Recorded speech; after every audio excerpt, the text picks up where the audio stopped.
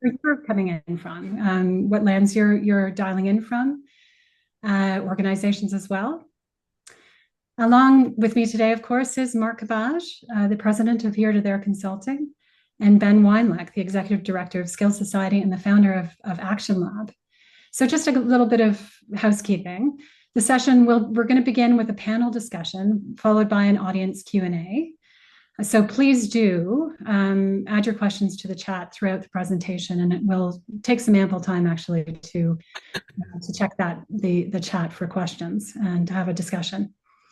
Also, as you've just heard, the session will be recorded, so we'll be emailing you a link, and we'll have it up on YouTube. So please feel free to share the recording once we're through today.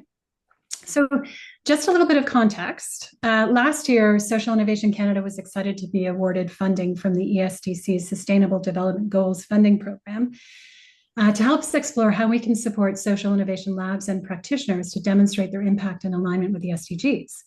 So in partnership with the Winnipeg Boldness Project and La Maison de l'Innovation Sociale, we first wanted to reach out to our colleagues and our fellow practitioners to ask for their perspectives on why they, where it was and why it was that evaluating the impact of social innovation labs or any initiative really working to solve complex problems is so darn hard, or can be. And our one recent conversation took a really surprising turn. I mean, we did talk about indicators and metrics, complexity, logic models and outcomes, that stuff. But actually, the subject that we really landed on was today's topic: how scoping your initiative properly from the get-go will help support not only accountability, evaluation, but also learning, and ultimately will help deepen the results and the impact that you're going for. So you'll notice today in today's conversation, we'll be focusing on social innovation labs as a methodology, but it's very clear that lessons can be learned here from by anyone who's thinking through a potential solution for a complex problem. So anyway, without any further ado, it's my pleasure to welcome two very wonderful thinkers and doers in this conversation. Mark Cabage, who's president from Here to There Consulting. He's also an associate of the Tamarack Institute as well. He was the coordinator of the Waterloo Region's Opportunities 2000 project from 97 to 2000. That was an initiative that won provincial, national, and international awards for its multi-sector approach to poverty reduction. Mark served as an executive director of the Canadian Community Economic Development Network, what many here know as CEDNET, in 2001, before joining the Tamarack Institute and becoming executive director of Vibrant Communities Canada from 2002 to 2011. But Mark's current focus is on developing practical ways to understand and plan and evaluate efforts to address complex issues. So we're really, really thrilled to see you here today, Mark. Thank you. Also with us is Ben Weinleck, the executive director of Skills Society and the founder of Action Lab. I'm also a Social Innovation Canada board member.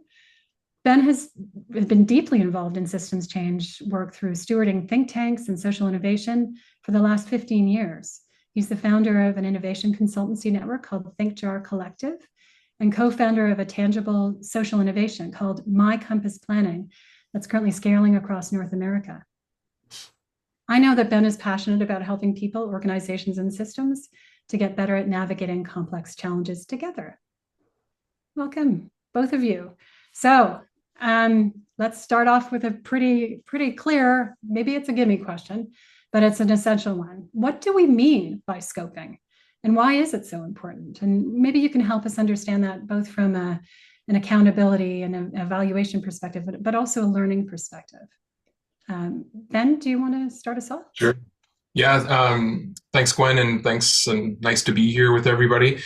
Just a little bit, I'm hailing from Edmonton in Treaty 6 territory, and normally Mark and I are neighbors, but I think Mark is in a hotel room. It looks like he made his bed nicely in Toronto there as he's working with different groups there. So it's really nice to be with everybody and talk about this super important and tough topic. And as you said, Gwen, like not always super inspiring, but I actually kind of think when people really dig into it, it can be really fascinating, and it is really important work to kind of get impact.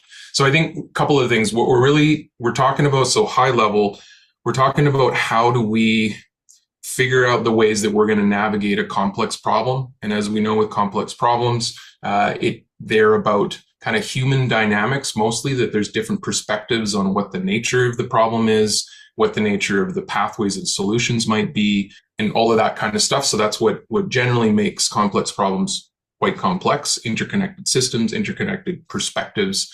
And there isn't always a lot of black and white, right or wrong factual things on it. It depends on perspectives around it. So that affects impact, that affects how we tackle things together as collectives.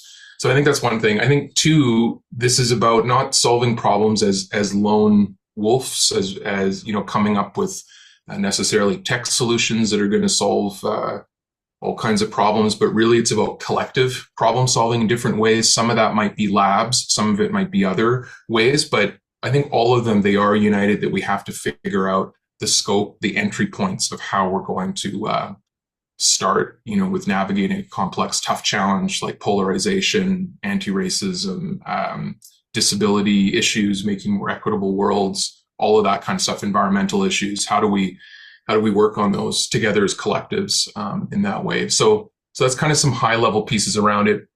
I kind of like this quote. Probably many of you have heard it from Einstein. It's if I had an hour to solve a problem, I'd spend 55 minutes thinking about the problem and 5 minutes thinking about the solutions.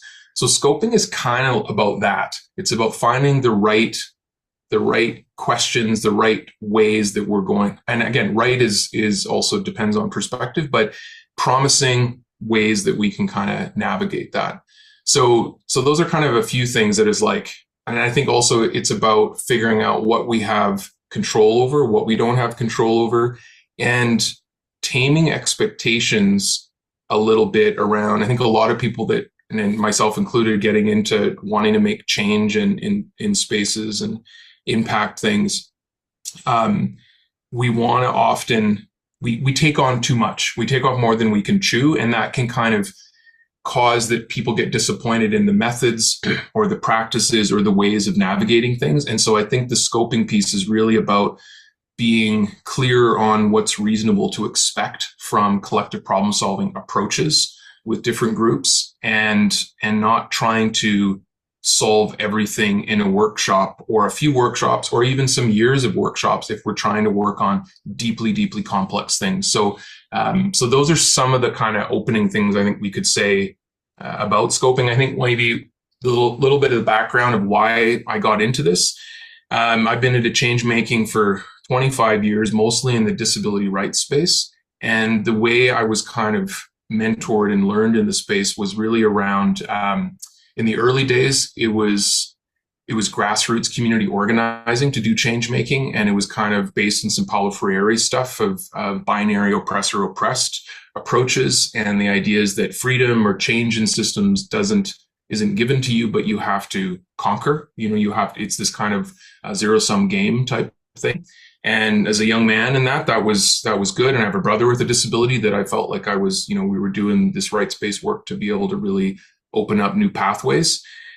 And then began to find that sort of adversarial approach wasn't always working, especially when we had different systems, different groups that were saying, hey, we want to be collaborative in figuring out more inclusive ways to support and hire people with disabilities, for instance.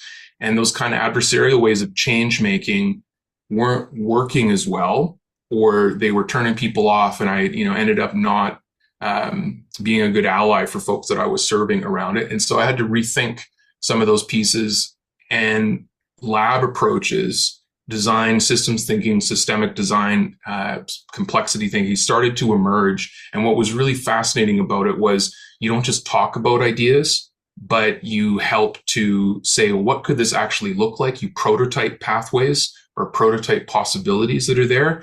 And I think the thing that was really promising about that is that it helped us see our assumptions better. When a lot of times when we talk at different tables, we don't see our assumptions as well. And when we have to prototype possibilities through design methods, system mapping, all kinds of different approaches that I'm sure many of you are familiar with, I think the key thing of that is that it helps see assumptions. And then if we can see that, we can build better pathways together as collective. So that's a little bit of background of like why I got into this. And I think too, what I've seen over the years is the initiatives that do really intentional, good upfront scoping to understand the nature of the challenge, to come up with the right questions, they usually have better impact over time around that versus ones that just kind of overpromise, get into things, and don't do the scoping well ahead of time. So I think those are sort of some of the key things, opening pieces that I'd say on scoping, and over to Mark to see what he has to say. Thanks, Ben. Yeah, Ben, you're right. Ben and I live several blocks away from each other in Treaty 6 country in Edmonton. I'm now in Toronto in Treaty 13, so happy to be joining you from here. Thanks, Ben. I do, the way you say that makes me think that good evaluation scoping depends on good scoping for a response to a complex issue. And in fact, I would even say it's sort of parasitic on it. Good evaluation can't really thrive or survive without good scoping of the response to a complex issue. I'm going to make 3 points here related to this. One, why scoping for evaluation in general is important. Two, how it sets it up for accountability and learning. And then 3, maybe make a statement that I don't think is countercultural or counterintuitive, but might be countercultural, and that's maybe us trying to think of a new way of thinking about accountability and learning that's not so traditional, but is more suited to, trying to respond to tough issues. So the first thing, scoping for evaluation is really important, regardless if it's complex or not, for 3 reasons. Number one, it makes us confirm what is the it that we're trying to evaluate and how reasonable is that it. So Ben, you've talked a little bit about people, framing responses that might be wildly unrealistic. Good evaluation says, what are you trying to achieve and how as the baseline? And to what extent is your approach coherent, feasible, plausible, and even trackable? So there's lots of responses that says, here's what we're trying to achieve and how, but it's not that coherent. I don't know how you're doing it. It may or may not be feasible. I don't think it's plausible that if you do this, Ben, if you did these prototypes, you would end racism in Edmonton. You'd say, no, maybe we'll contribute to niche dynamics in Edmonton that contribute to racism, and we could, maybe make some progress on that. So the first step in scoping is, what is the it we're trying to track, evaluate, and how reasonable is that? Number 2, good scoping also confirms that, like probably good scoping for social innovation labs, who are the primary users of the evaluation? What do they want to know? Why? Do they have preferences for how the data is gathered, analyzed, and delivered? And when are their windows of use? It tries to surface the demand side for evaluation and not pretend that we can track everything. There's only so much time and effort to track things. So sharpening who needs what information, when, packaged, how, for what purpose is really, really important to make sure it's relevant, whatever we do from evaluation. And finally, good scoping also identifies constraints. I'm going to quote Michael Quinn-Patton here. Here's a great quote, everyone. You're going to use it for the rest of your life. Constraints do what constraints do. They constrain. It's pretty good, huh? But it's really good. We only have so much time, effort, resources, and expertise. So you might have a trajectory of things you want to know, but if you have a budget of $100 and no one on staff who's familiar with evaluation, that's different than someone who's got 15% of their budget devoted to evaluation and can draw upon a lot of people who are quite experienced in this area. So constraints say what is reasonable to even track. So Gwen and Ben, just out of the gate, regardless of accountability and learning, we need to do good evaluation scoping. And for those that are interested, just Google scope of work. USAID has a good set of resources, and we know that practice is important.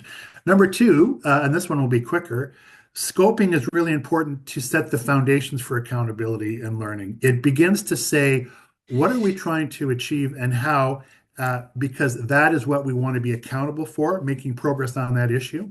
And we have different stakeholders to whom we should be accountable. And 2, it can surface right up front the questions that warrant an extra time and attention in terms of learning. So Ben, if you were dealing with racism, you would say, actually, we kind of don't really understand the dynamics of racism underlying housing in Edmonton. And part of our investigation is to peel away the onion in this change lab to find out more. What are the dynamics of racism in housing? How does it manifest itself in different kinds of housing for different kinds of people? So to get really clear what we want to learn about. Learning is always emergent in social innovation, but it can be intentional and directed as well. So that's number two. It sets the foundations. What does progress look like? To whom are we accountable? And what might we want to learn about? The last point, and this is going to be, I think I'm going to do a sloppy job at this, but it deserves a better job.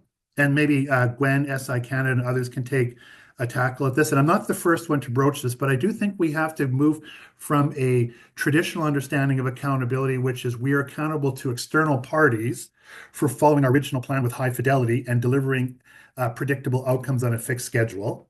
I would say that's fairly traditional, to one that more matches the reality of social innovation. And here's a couple of opening thoughts that I have on what that might look like, and which makes it a little bit easier to bridge this accountability learning divide.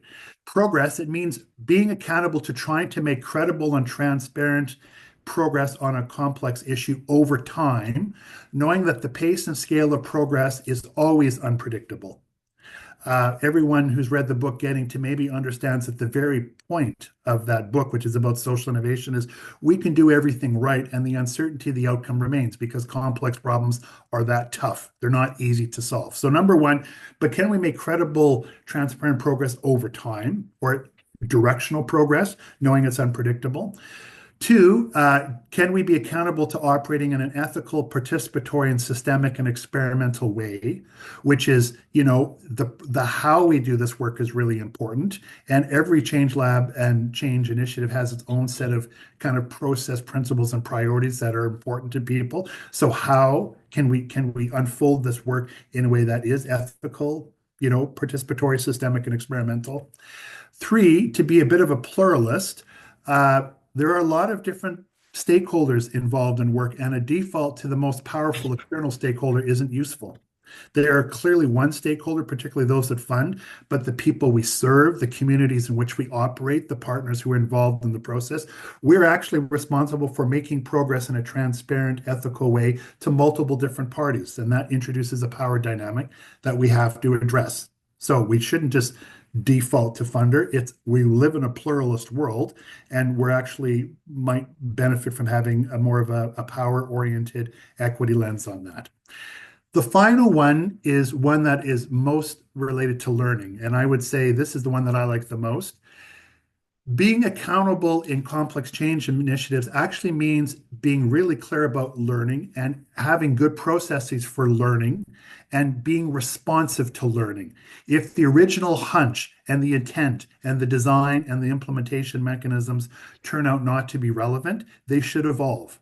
It is unaccountable not to adapt a social innovation response in response to learning. We need to be accountable to adapting to learning. So I think all of us on this call have probably messed around with these ideas, but I do think the case is strong to be a lot more coherent about this. What does accountability look like in social innovation processes in general, and therefore what are the implications for learning?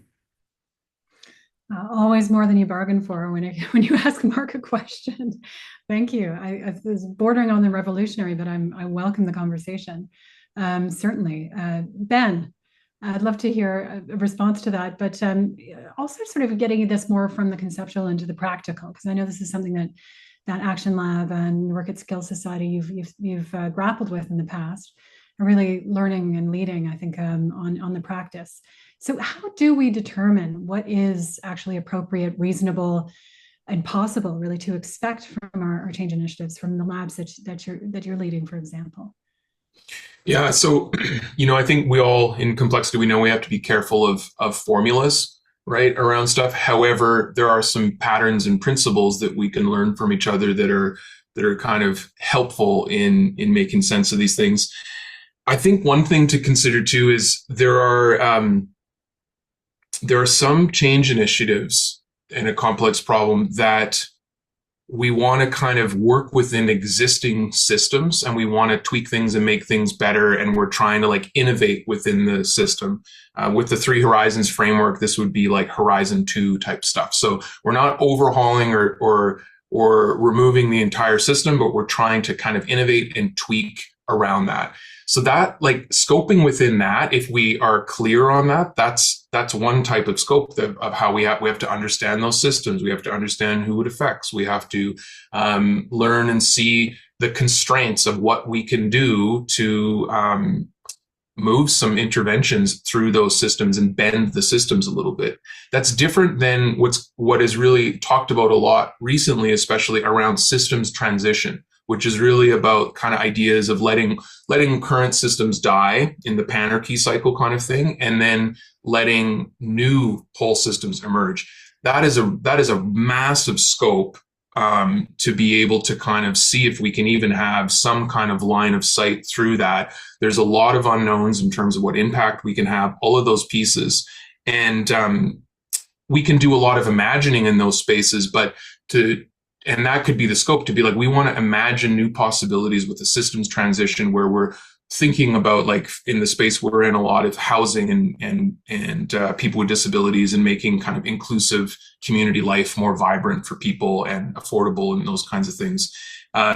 There could be some things on this transition piece that is like, what if we imagine whole new ways of living together that don't have to do with our current ways that, you know, people buy housing and we live in these places and we have little kingdoms and things like that. But what are these more communal ways? So there can be that's a whole other type of scoping for that. So you can be imagining it, but the reality is, do we have the right stakeholders to actually affect ways that we're changing that stuff on like 25, 30, 50-year time horizons, on like a little budget of 500 grand or something like that, to be kind of working on systems transition. So it's not that so for me, in a lot of systems transition, there's a lot of imagining possibilities, but there's a lot of us that we get into that type of system transition and we think we're actually going to be doing that transition on these kind of really small budgets around it. And there's an element that we need to have kind of that aspirational, like, we can make the change. We need to have that kind of thing, but we also need to be really real and practical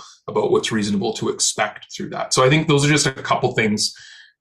There's a lot of conflating around. People just think systems change and people are talking about different things. So some people are really on the systems transition. Some are like, no, we need to figure out housing for people, for instance, as an example, right now, because we got people that you know, need to have a roof over their head that's safe and things like that. So we're not doing systems transition around those types of ideas. So those are a couple pieces that are on my mind when I'm getting into a complex challenge and thinking about, like, are the people that we're working with really wanting to imagine this whole new system thing? Because that's a whole other type of thing that is probably more in the imaginative piece, which is important.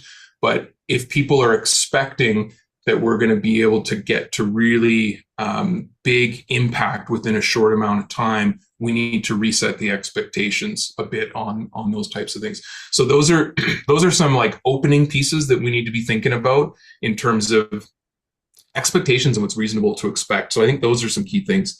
I'll say a couple other things from a practical example around. We had an anti-racism lab that we stewarded. There were 5 key stewards, and then we had multiple communities through Edmonton, and we worked on this for about 5 years.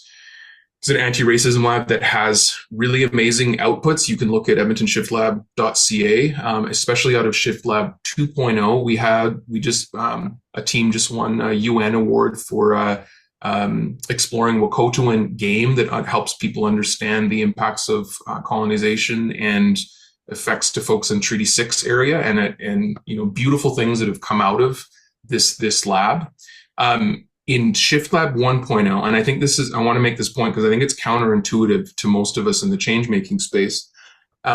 We started off with that one in a way that we were like, okay, the sense from community was, you have to ask community what the entry point, scoping point is for working on anti-racism. And it was about the intersection of racism and poverty in Edmonton at first, which is like, okay, it was massive. You could do 100 years of PhDs on that and probably not have a lot of insight, any more insight around those pieces. It's wicked complex spaces, just the 2 of those, and then intersecting them was even bigger. And so, but we heard this feedback that was like, even though we had a diverse stewardship group, we couldn't scope this on our own. We had to go to community, and community decides. So we did that, and we did really good engagements and worked through that. Brought in teams, and at first, in the early stages, the community decided that the entry point to work on racism in Edmonton was going to be through food banks. And the idea was that food banks often have very kind of white people food, and it's not very inclusive. And so that'll be the entry point to work on racism in Edmonton.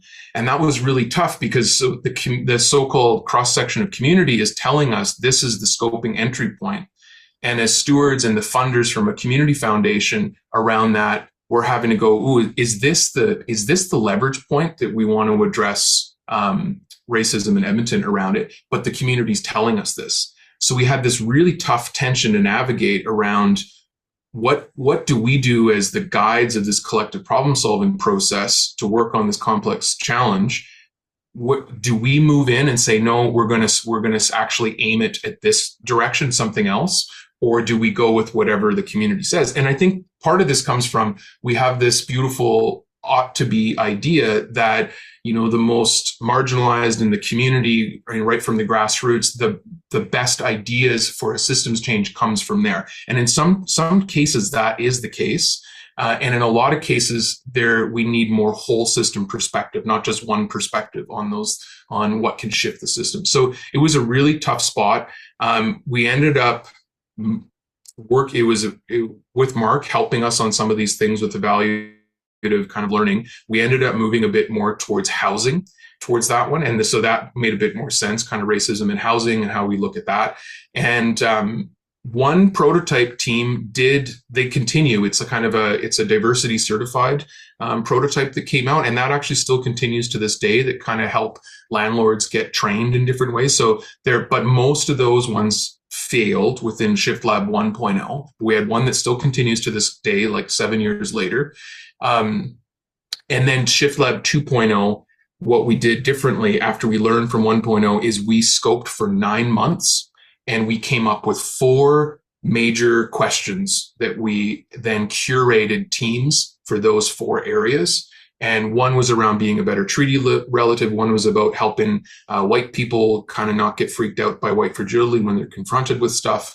And one was around how to address overt instances of racism on the streets, which was the whole reason it was started by Impacted from the City and the Community Foundation. And interestingly, all the anti-racism experts said, don't work on the symptoms of it, go to the deeper stuff. So we also had the experts were telling us these things.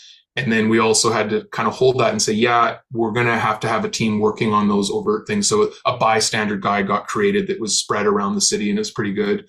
And there was a 4th one, which was around empathy experiences. So there's a whole piece around, you know, in that story, there's tons more. I'll try not to info dump too much on you. You can go to our website, edmontonshiftlab.ca, around it. But there's some good stories within that talk about these tensions of scope. And in 2.0, we had way bigger impact because we really scoped well. And I think we can get into a few of those things that we did, but I'll leave it there for now. Yeah, thank you. I mean, those are some really great tangible examples of how this works in action. 9 months of scoping. Do you mind me asking, how long was the project for? It was about 5 years total. Okay. Yeah. All right. Still, though, I mean, being able to negotiate that period sometimes with funders, that's, I think, speaks to what, Mark, you were talking about before, is maybe we need to figure out a different approach here. But wanting to go to you for any reaction, about my original question, or what Ben was talking about. I'll be brief because I think Ben did a really great job on it. That developing a reasonable understanding and an understanding of what reasonable progress is requires iterative, negotiated, facilitated conversations. Both you're working on research, you're talking to multiple stakeholders, and the outcome is a derivative of a good process. So there's no right answer. It's sort of negotiated over time, and there's a point where you kind of feel, well, it's much better than it's been. And Ben, when I hear the way you describe that and think the way that you do your work, which I think is really important for others, is one can have a wild ambition, like which we all do, but we do have to shrink the change. And that's a phrase used by the Heath brothers that I find quite useful. Shrinking the change says we're going over there, but we're shrinking the change for this chapter of change making. We have this much time, this much energy, this much space. So what does it look like to make progress towards that big ambition in this next little sprint or iteration, whether it be 6 months, when, or 5 years. I think that's really important. To not do that actually is simply kicking the can down the road, because as an evaluator, I know I've seen some very broad social responses to complex issues where the hope is maybe evaluation can generate some magical stories that make things look really good and touch on all kinds of outcomes that people are hoping for. And at the end, of course, you have a meeting where no one's entirely satisfied. Evaluation isn't a doula for marketing purposes. It's reality testing. And all we're doing is rescheduling the painful conversations to later, to when we can't deal anything with it. So I do think good scoping, whether it's a lot or little, to be clear about ambition and to shrink the change is critical. And you have to do that through both a combination of talking to people, throwing stuff up on the wall and see what sticks. Yeah. Yeah, I mean, I'm really glad that this webinar is being recorded, because there's some just real nuggets in there. Absolutely, shrinking the change. I'm going to go off a little off script though, and I'm going to press you both on that point. Maybe Ben, you can draw from your experiences. What kind of questions would we need to ask ourselves to be able to shrink the change, to be able to scope effectively? I think we started to touch on it in terms of really understanding the problem, trying to map it out, understand who's involved, but maybe we can iterate a little bit more and make it super practical for folks. What sort of questions do we need to ask ourselves in order to effectively, scope to shrink that change, to make sure that we're designing an approach that will actually have an effect? I'll leave it open. Like, I think one of the things I often do with clients that come to us that want to work on a complex challenge, whether it's within their organization or community-wise, first it's about explaining the tensions of scope. So I think that's a kind of a first opening move.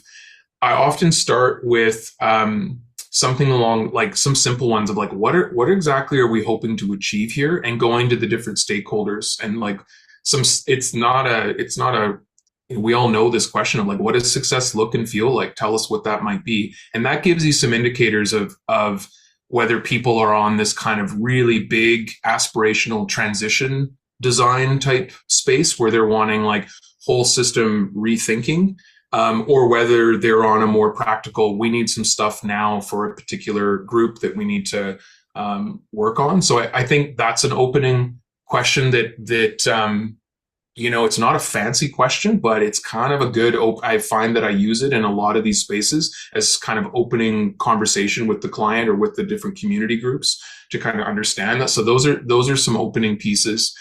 And then look at the constraints. Like sometimes it's a matter of how much time do we have? And if a group is saying, okay, we want to get, ideas for working on polarization, and we have a afternoon workshop booked at the city that we want to do, then I'll say like, all right, so here's what's possible. We're not going to change polarization in an afternoon workshop, but we might be able to, the people that come to it, we might be able to understand a little bit better some of the complexity of the challenge. And we might be able to kind of point to some possibilities of where we might look further or zoom in a bit more to the system and explore. So I find that often in a complex challenge, groups are coming and they want the world in a workshop, or even a 5-year lab we did on anti-racism. That was just scratching the surface. A lot of good things came out of it, but yeah. So I think those are some opening ones. And a couple other pieces we've learned to do is we create primer reports, and you can see those at actionlab.ca. But this has been a common practice that has to do with the scoping. And so working with the community, working with the group that is like convening or hosting, and coming up with kind of the background information research. It's kind of literature review, it's interviews, it's hanging out with people, and it's bringing that together and saying, these are some things that need to be considered. These are some of the design considerations. These are the constraints. These are some of the tensions that we're going to have to navigate. Here's what some general understanding of this problem is. And to me, that is a really important part of the early scoping to get to that. So we call them primers, or in the design space, you might call them like a challenge brief around it, to have those kind of opening pieces. So usually it's questions to kind of And there's a lot of tools. We actually have from our Scope or Die session, we have stuff we experimented with our community of practice called the Systemic Design Exchange in Edmonton. I think a bunch of folks are here from that. And we have some tools we're going to share related that we kind of worked with that group to think about the tensions in starting these scoping conversations for lots of different complex challenges. So we'll share more of that afterwards. But those are kind of, I think, some opening things to say. That's fantastic. Scope or Die. That's good. Mark, do you have any? Yeah, I'm going to build off what Ben says again, mostly because good evaluation depends on good overall scoping. Here's an opportunity for evidence to be used in advance.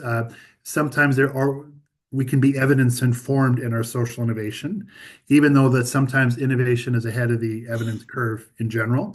But Ben, to you, what comes to mind is this idea of shrink the change and also sharpen our thinking. So I was working with the group that was doing breakfast programs, and their big ambition was to do it in a way that kids actually achieved, higher academic outcomes, better educational outcomes, including things like graduating. So that was their big ambition. And but they were trying to draw a line of sight between what they were trying to achieve and how. And so the focus was we shrunk the change by saying the following. We know that kids who are hungry at school and not getting good nutrition don't learn very well. And if they don't learn very well, the research shows, and it's pretty good, here's the splatter of negative effects that occur: retention, grade 3 reading rates, etc. The data was quite good. So if we can't deal with the factor of hunger, how are we going to deal with this? So the Innovation Lab was meant to saying, what are the different ways that we can improve nutrition and reduce hunger for different kinds of kids in different classrooms? And the idea was that if we could show that these prototypes and these ideas could actually turn the needle on that, we would not only get rid of these negative effects, but we would create the conditions for downstream impact later on things like high school graduation rates. And the reason that was important is to say, we are not by ourselves going to change the needle on high school graduation rates, but neither should we spend very scarce time and money trying to reprove the link between hunger and poor academic outcomes. So the ambition was high school graduation rates amongst others. The shrunk the change was, we're going to deal with this factor around hunger. And our prototypes have to demonstrate that they have a high potential of reducing hunger, and don't ask us to reprove things that we already know. Right.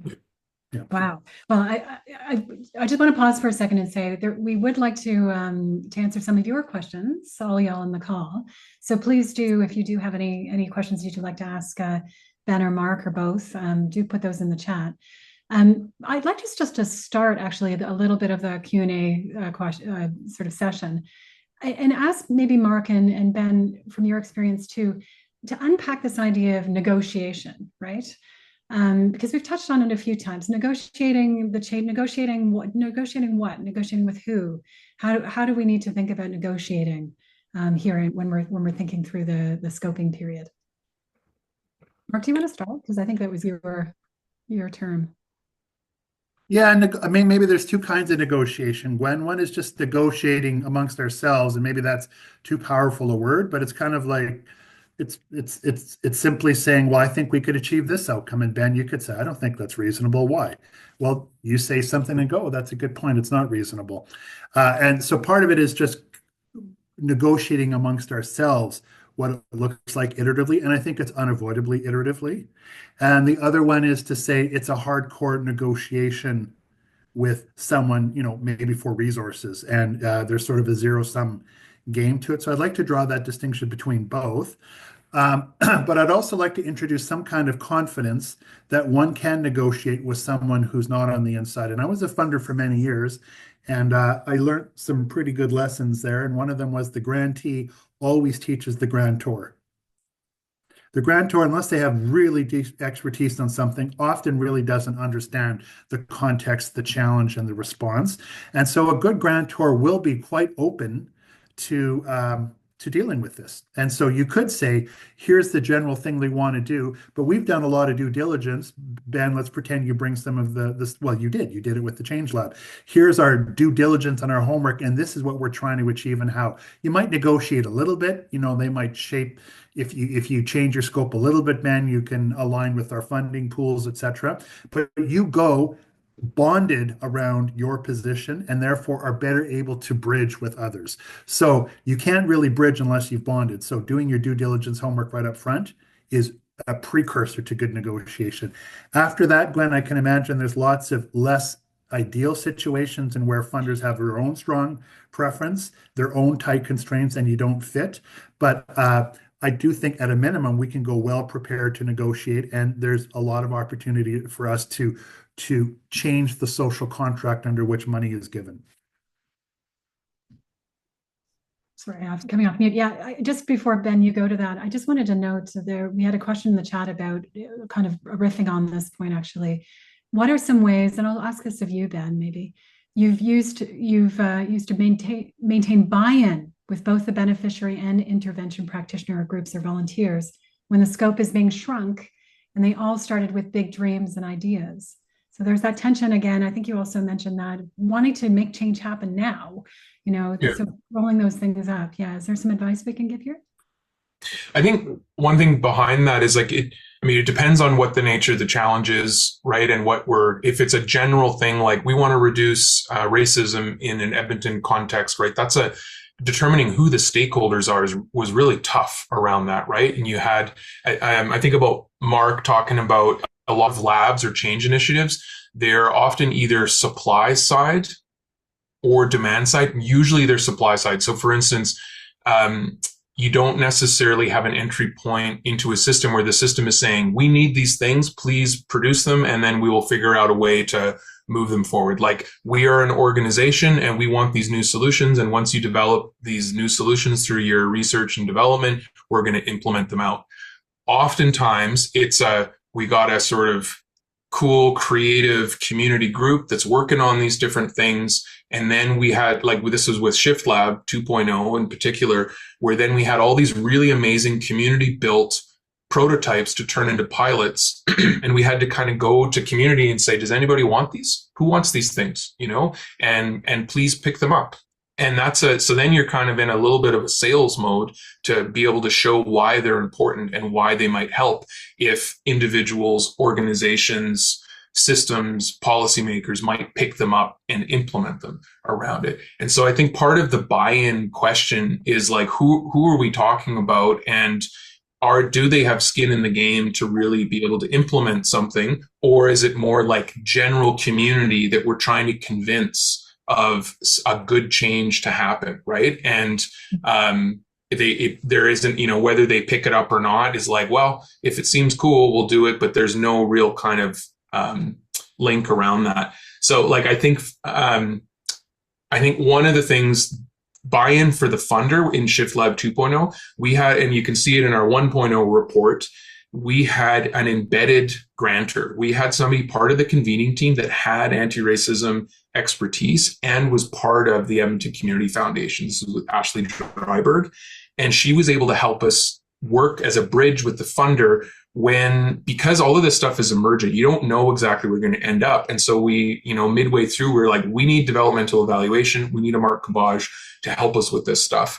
And that wasn't at the outset of the initial scoping of the challenge. It emerged. And by having that buy-in from the Community Foundation to go with the kind of emergent nature of experimenting with this complex challenge, they were able to say, yeah, we'll do that, which is usually unheard of in granting systems because, as we all know, usually you have to know exactly what you're going to produce by the end of it, which is antithetical to the emergent nature of social innovation in these approaches. So I think the buy-in piece, it depends on who we're talking about. How you get community bought in, it depends, and it depends on kind of their perspectives. It depends on the skin in the game they have within different systems. It's generally easier to shrink the change if you go and find an organization or an institution that can say, we have skin in the game, we're going to move this forward. Good example would be the CMHC housing lab that worked across Canada. And they had in the beginning stages, it was like they just wanted to have prototypes of possibilities for housing innovation coming out at the end. That was kind of the main piece that they had scoped around. And they let experiments happen all the way across Canada and then fed that back into what needs to shift for the next round, which is around scaling housing solutions. I think they're into right now. So I think in that situation, there was buy-in by CMHC to experimentation and having experimental kind of housing solutions that could come out, but not the expectation that all of them are going to be implementable. That's a real tough one. If you get into it, it's like you need to produce implementable like pilots coming out of it. That is really a tough thing to scope for, especially in a super complex emergent space, right? Where we don't know where this is going to go. So I would say that would be one thing to really, we're often in the scoping phase, we're having to tame that expectation of wanting those really rigid business plan things that are going to come out of it at the end. And even that said, in ShiftLab 2.0, we created a lot of those things because we scoped well. We were able to produce a lot of things that continue to this day. But yeah.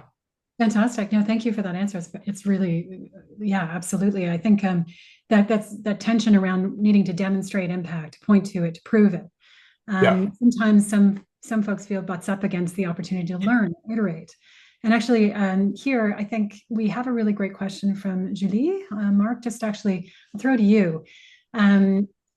She's asking, can you share a time when measurement genuinely supported your practice, not just reporting requirements? But the reason why I'm throwing you this question is really to try to illustrate that link between being able to be accountable, hold accountability surely through maybe measurement and another approach, but also wanting to learn and develop your practice as a change maker.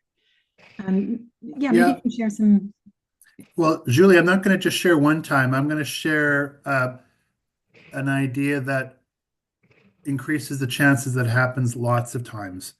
And that is, I got on a plane to Toronto the other day and they watched the video again, and they have that video where the mask comes down and you're supposed to put it on yourself first before anyone around you to take care of yourself. And I think that's a practice that we should use in evaluation. When we have an evaluation, Ben, let's just riff on yours because we've been talking about, labs on racism, et cetera. Who are the primary users? It's the change makers who are trying to make change. And if the change makers can say, what do we want to track? What does progress look like? How do we track it? And come up with indicators and methods and sense-making processes that work for them first. When you do see the accountability requirements for an external funder come that might be loose or tight, you at least have your own self taken care of first. And if you do that, the chances that you're useful for you are always going to be improved. It's when people don't have a strong sense of what they want to achieve and how to track it, and they then get sort of colonized by the funder requirements, they get really grumpy because they say, this is not the framework that we want or need. And I don't think we should be surprised. It's not for them. It's an accountability template that sometimes takes time and effort, but it doesn't have to consume all our time, energy, and calories. So if we say change makers first, what's meaningful for you to track progress, what qualitative and qualitative indicators, then you can approach the accountability stuff, A, with confidence that you probably have more than they want, and B, even if you don't, at least you're getting your stuff, and then for the price of a check, you agree to track some other things that may or may not be useful to you. And I'm overstating that, but I've seen lots of times where social innovators get exactly what they want because they put themselves first. That's fantastic. Thank you. I think you're getting some approval from Julie there. But I know we don't have that much time. Actually, we only have about 2 minutes. And this is a really, really chunky topic because there is a tension here from wanting to shrink the change, but also wanting to not necessarily be stuck and just chipping away at a problem. We've got Renee and Matthew here talking about, well, this is great. How do we balance shrinking the change with hitting every target and still missing the point? And just wanting to not wanting to just pick away at small bits. So maybe there's just some quick framing either one of you can give to that challenge. Ben, would you like to go ahead? Okay, I'm going to try to do this quick. Okay. One thing to find related to that is helpful is an adapted 3 horizons framework. What in the real rapid, what the 3 horizons are is the first horizon is same game, same rules, same system. So you're tweaking within that. So housing, we want to work within existing housing systems to get people housed like yesterday, and it's immediate stuff now. Horizon 2 is bend the systems, innovate within the systems. You're still within the same systems, but you're like saying, can we tweak this policy? Can we change this service? Can we innovate around it? Horizon 3 is those old systems, they're gone, and we are creating new paradigm shifts. It's transition stuff. It's new, it's 30, 50-year time horizon things. What's helpful about it is being able to plot our interventions and our change making within these horizons, because a lot of times people are wanting Horizon 3 change on Horizon 1 thinking and budgets. And by having this framework, we can say, all right, we need all three of these. We need all of them, but they require different things to approach, and they help us to kind of take down the temperature when people get into the tension in a lab or a process where some people really want the transition stuff, the Horizon 3, and others are really wanting the practical. We need it right now. We don't have time to think about the big transition stuff. We need things because our pressures within the current systems. And so the framework helps to be able to navigate all three of those and not have them at odds against and get people kind of in conflict saying mine's better than the other. It's saying we need all of these, but where are we going to focus and what's practical, what's reasonable to expect? Because each of those three horizons, there's different things that we need to be doing to work within them and to produce things coming out from that. Thanks, Ben. Very well done. Very, very complex ideas, but succinctly explain. Yeah, please do check out that framework. We use it a lot at Social Innovation Canada.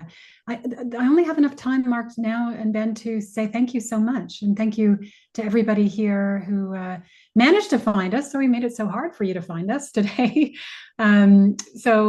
Just thanks so much to our speakers, Ben and Mark, and to everybody who joined us today at the Possibility Space.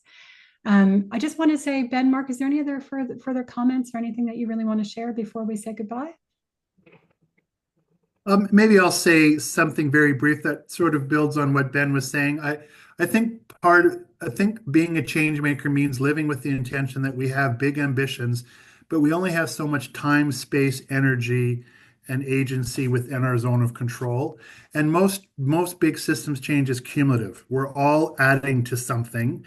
We never necessarily see the tipping point, or the tipping point's only apparent to us in retrospect, but even at the best of the times, we're just contributing to the tipping point. And so it's kind of like, for us, I just think what's the best contribution we can make to a long-term trajectory of change with the time, energy, and space that we have?